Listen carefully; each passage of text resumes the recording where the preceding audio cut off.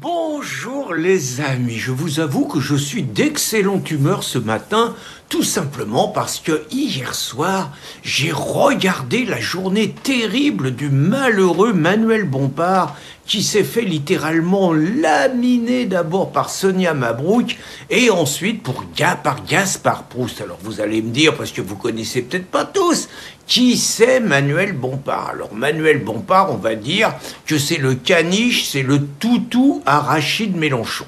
Voilà, en gros c'est un mec, il a à peine la quarantaine, il en fait 10 de plus, hein, depuis qu'il est aux manœuvres, là il perd ses cheveux, on sent qu'il se creuse et tout, et ça se passe pas bien pour lui, ça se voit, c'est pas un mec qui est bien dans sa peau. Or j'ai connu ce genre de petit bureaucrate, ce genre de petit apparatchik, j'en ai connu à la CGT, hein. Les mecs ils sont jeunes, ils montent dans l'appareil, ils ont qu'une envie, c'est de pas bosser, d'être permanent. Ils montent dans l'appareil, ils avalent toutes les couleuvres, et puis un jour, leur tour vient.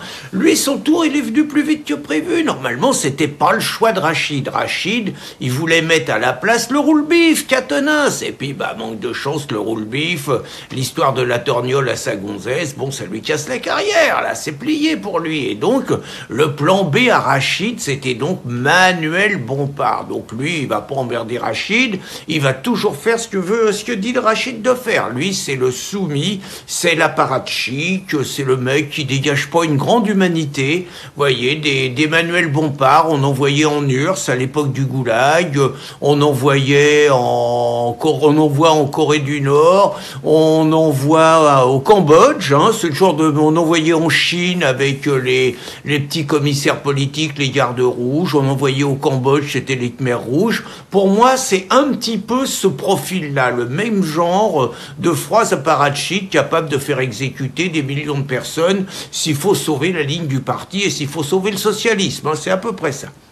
Donc, une fois que j'ai dit ça, une fois que je me suis occupé du cas de Manuel Bompard, donc le malheureux, donc il passait sa journée, alors il y a un truc bizarre, il répondait à la grande interview de Sonia Mabrouk sur Europe 1. Mais c'est pas seulement sur Europe 1, c'est aussi sur CNews. Et CNews, c'est le diable, c'est Bolloré, c'est Europe 1, c'est Canal+, c'est le journal du dimanche. Il a soutenu les grévistes du journal du dimanche.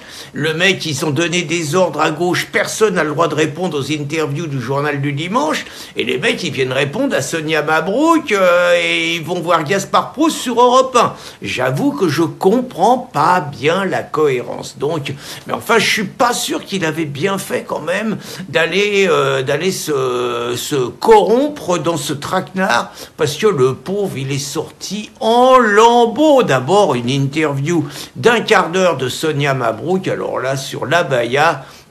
Le pauvre, on voyait qu'il essayait de sourire, mais il n'arrive pas à sourire, c'était un rictus, quoi. Puis, sur l'abaya, très franchement, la Sonia, elle l'a mis minable. Elle l'a mis minable sur toutes ses contradictions. En gros, il a fait comprendre que même les électeurs de gauche, ils ne suivaient pas. L'autre, il a dit, l'abaya, c'est pas un vêtement religieux parce que les islamos, ils l'ont dit. Donc, autrement dit, si les islamos disent que le voile, c'est pas un signe religieux, on va écouter les islamos. Magnifique soumission qu'ils n'auraient jamais eu si ça avait été des catholiques, magnifique soumission aux islamos qui sont quand même, rappelons-le, ses principaux pourvoyeurs de députés. Donc là, c'est vrai que la Sonia, là sur l'abaya à l'école, avec les références à l'Iran, avec les références sur le voile, avec tout ça, là il était pas bien. Alors après, elle l'a embarqué sur Arnaud qui a fait un don au Resto du Cœur. Entre nous, je trouve que les Restos du Cœur, ça suffit quand on voit qui c'est qu'on profite et qui c'est qui finance.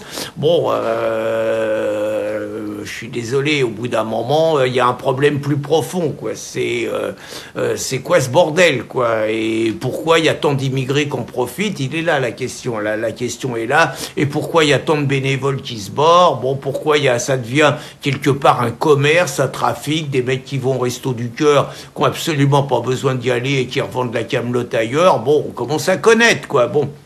Mais mettons que Bernard Arnault, bon, il a fait un geste, donc évidemment les insoumis lui tapent dedans en disant qu'il ne paye pas assez d'impôts et tout, bon, la polémique, et puis ça s'est fini sur le rugby, où là, Bompard, il a essayé de nous la jouer, qu'il aime l'équipe de France, il aime tellement l'équipe de France que son empaffé de député et les filles, Thomas Porte, ils sont en train d'enfoncer un joueur Chalureau, qui est trop blanc, hein, tout simplement, ils montent une affaire de racisme, parce que Chalureau, c'est un blanc. Il y a plein d'affaires de racisme avec des blackos ou avec des meuse, et là, il nie complètement l'origine du mec. Bon.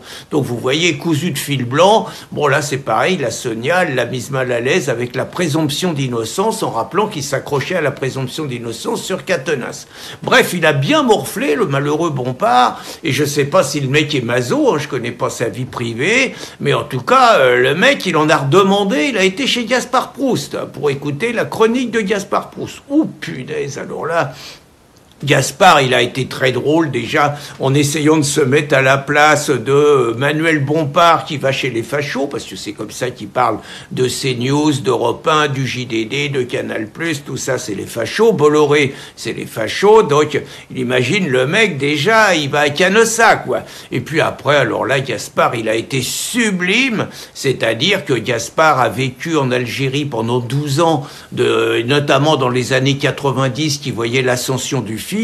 Et là, bah, il a expliqué quand même un petit peu son vécu. Et là, il a fait dans le sérieux. Hein. Et là, on voyait Bompard en face qui se voûtait, là, qui essayait de sourire, mais il n'y arrivait pas, quoi. Bon, il avait la vraie gueule du commissaire politique à qui on met le nez dans le caca. Et donc, Gaspard, il a expliqué ce qu'avait été en Algérie, justement, le rôle des femmes et la visibilité de nouvelles tenues. Il avait parlé notamment qu'on voyait de plus en plus de voiles, alors qu'avant, on n'en voyait pas, quand le fils a commencé à apparaître, qu'après le voile, ça a été les abayas, et qu'après les abayas, ça a été le tchador, autrement dit, des tenues qui n'avaient absolument aucune tradition en Algérie. Et donc, il a simplement balancé ça à Bompard, qui savait plus où il habitait, quoi. Donc, vraiment, j'ai envie de dire, un régal, pour une fois que les traîtres, pour une fois que les collabos, pour une fois que les vendus, pour une fois que les pourris d'insoumis en prennent plein la tranche sur un plateau de télévision, il faut savoir savourer le spectacle et se friser les moustaches. Encore bravo Sonia, encore bravo Gaspard, et n'hésitez pas, s'il y a d'autres insoumis qui viennent, collez-les sur la civière. Bonne journée les amis.